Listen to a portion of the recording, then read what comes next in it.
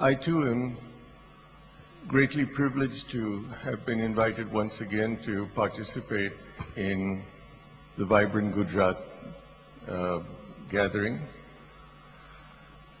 Each year, my participation here reflects an increased involvement of the Tata Group in Gujarat.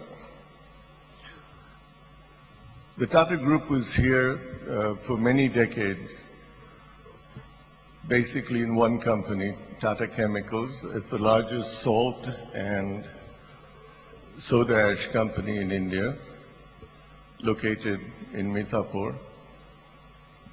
And although the Tata family originated in the state of Gujarat, we did very little until recently.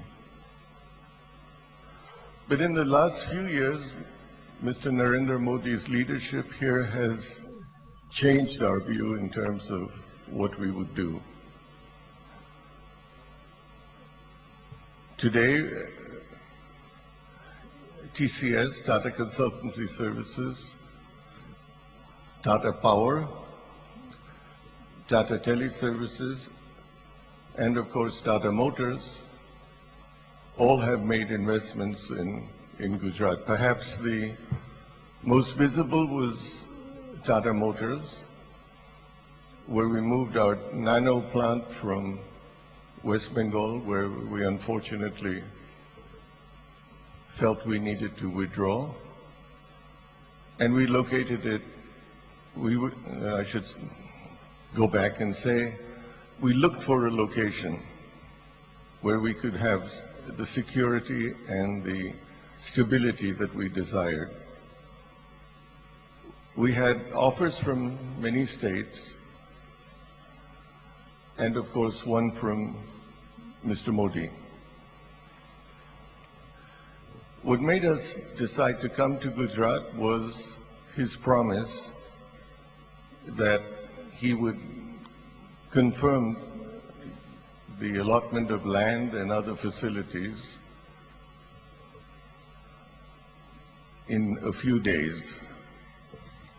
Now, a few days is a difficult thing to swallow in India because it often doesn't happen. In this case, a few days became 3 days.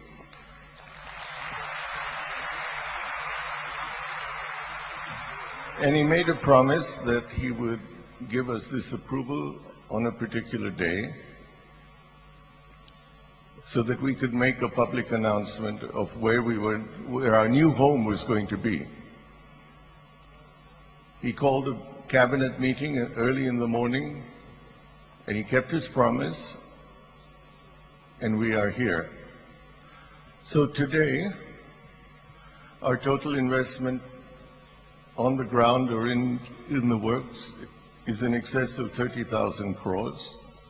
We employ in Gujarat 50,000 people and will potentially employ indirectly several more.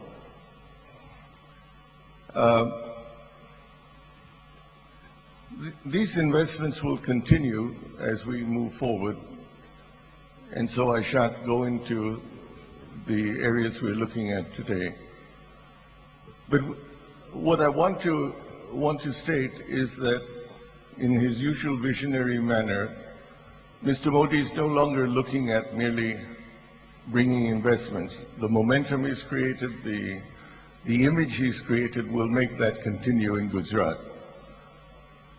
But he is embarking on the advancement of the rural community and its facilities and its infrastructure and the health and wealth of the rural people of Gujarat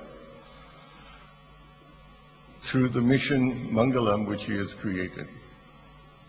And today our company is going to sign an MOU to provide rural transport. This is in addition to the skills development activity that we are supporting, sanitation projects, drinking water projects, all of which I think companies like ours and others in Gujarat should seriously look at now giving back to Gujarat and its people some of what it has given to us in terms of prosperity.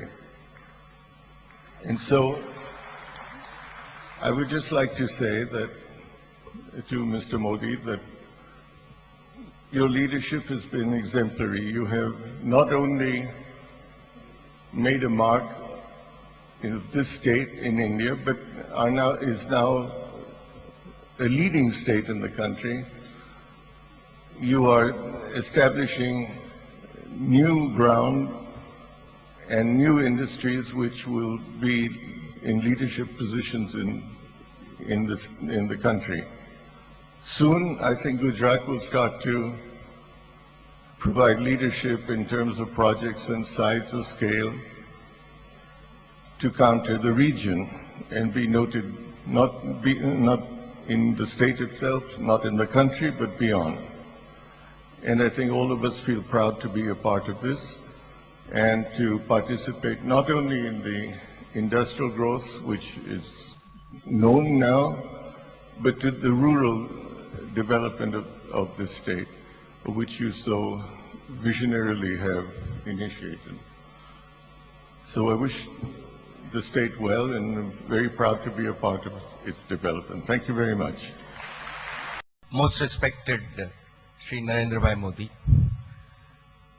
the Honorable Prime Minister of Rwanda,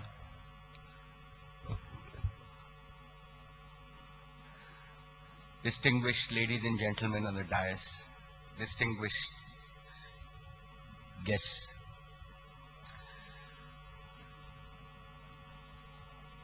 I am delighted again to be here at the 5th Vibrant Gujarat Global Investor Summit. For me, I have had the privilege of being at each and every of the 5 summits.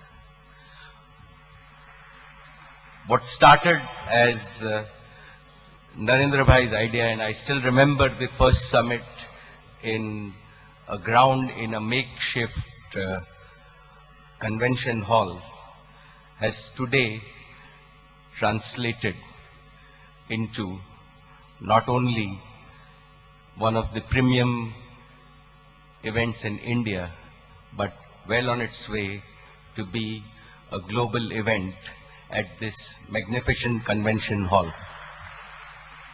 Narendra Bhai, you were telling me that this is built in 182 days, and this whole convention complex represents all parts of Gujarat and also integrates more than 20 countries of the world.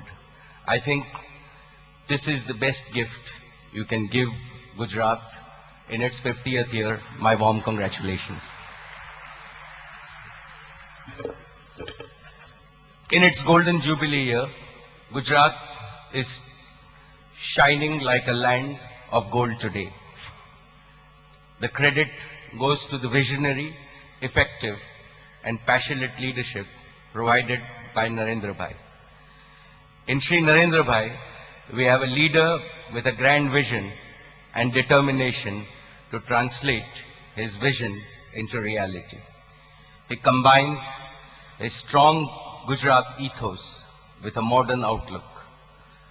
Gujarat, under his leadership, is also blessed to have a very talented and committed team of administrators led by the Chief Secretary, who are passionate about sustaining our state's preeminent position. I congratulate and compliment them for Gujarat's growing and exemplary achievements. I am convinced that their dynamism and passion would help Gujarat earn a place of pride, not only in India, but in the world. The Gujarat of the 21st century is the embodiment of a nation transforming itself into an emerging superpower. A Gujarat committed to the quality of life, prosperity, and opportunity for all its 6 crore people, to make sure that within India, it is the first state to really take each and every of its people out of poverty. Under your leadership, I have no doubt that Gujarat will be the first state to banish poverty in India.